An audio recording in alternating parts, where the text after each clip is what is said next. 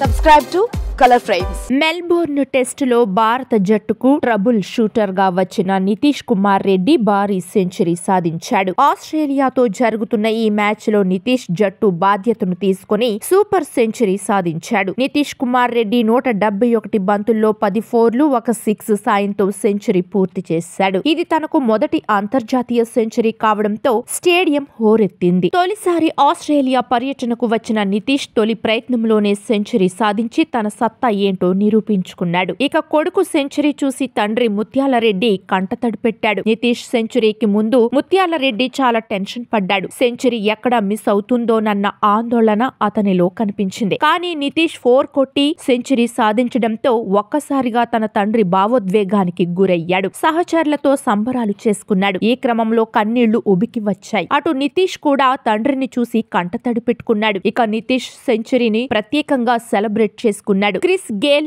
మాదిరిగా హెల్మెట్ లో బ్యాట్ పెట్టి పైకి లేపినట్టు కాకుండా మైదానంలో మోకరిల్లు హెల్మెట్ లో బ్యాట్ పెట్టి పైకి చూసి తనదైన రీతిలో సంబరాలు చేసుకున్నాడు. సహచరుడు సూపర్ సెంచరీ సాధించడంతో మహమ్మద్ సిరాజ్ కూడా తన సంతోషంలో పాలు పంచుకున్నాడు. నితీష్ కుమార్ రెడ్డి కష్ట సమయాల్లో వచ్చి భారత తరఫున సెంచరీ సాధించడమే కాకుండా టీమిండియాను కష్టాల నుంచి గట్టెక్కించాడు. ఆరంభం నుంచే వరుస 4లు కొట్టి 50 పూర్తి చేశాడు. అయితే 50 పూర్తి చేసిన నితీష్ నీ యవ్వ తగ్గేదేలే అన్నట్టుగా పుష్పరాజ్ సైన్ ఇచ్చాడు. 50 అనంతరం ఆచితూచి ఆడుతూ వికెట్ పడకుండా సెంచరీ దిశగా వెళ్లాడు. ఆస్ట్రేలియాలో సెంచరీ చేసిన 3వ అతి పిన్న వయస్కుడైన భారత ఆటగాడిగా నితీష్ నిలిచాడు. మెల్బోర్న్ టెస్ట్ మ్యాచ్ లో భారత జట్టుకు ఏమాత్రం శుభారంభం లభించలేదు. తొలుత బ్యాటింగ్ కు దిగిన కంగారు జట్టు 474 పరుగులు చేసింది. ఆ తర్వాత విరాట్ కోహ్లీ, రోహిత్ శర్మ వంటి స్టార్ ఆటగాళ్లు చౌకగా అవుట్ అయ్యారు. కేఎల్ రాహుల్ రాణించాడు. ఆరంభంలో జైస్వాల్ రన్